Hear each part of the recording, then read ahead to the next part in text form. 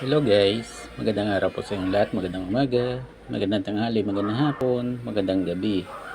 Dadako na po tayo sa pag-usap natin ito patungkol sa 2002 5 piso BSP series coin.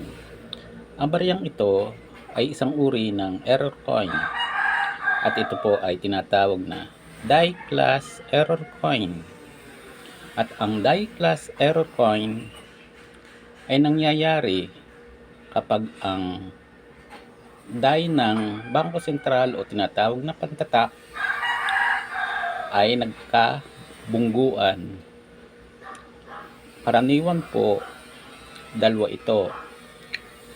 Ang unang die ay ang reverse side at ang ikalawang die ay overside na ginagamit bilang pag-mint o paggawa ng barya kagaya nito.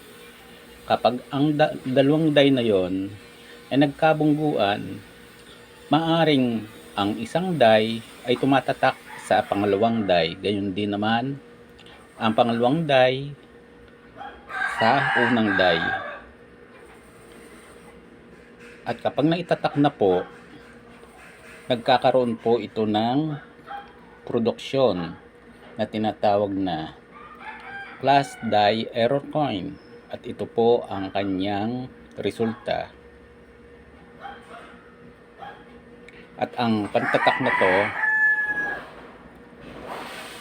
ay reverse side na tumatak sa overside.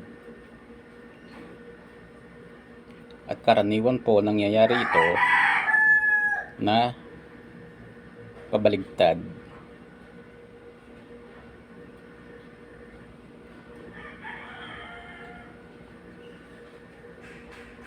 Hanggang dito na lang po at God bless you all.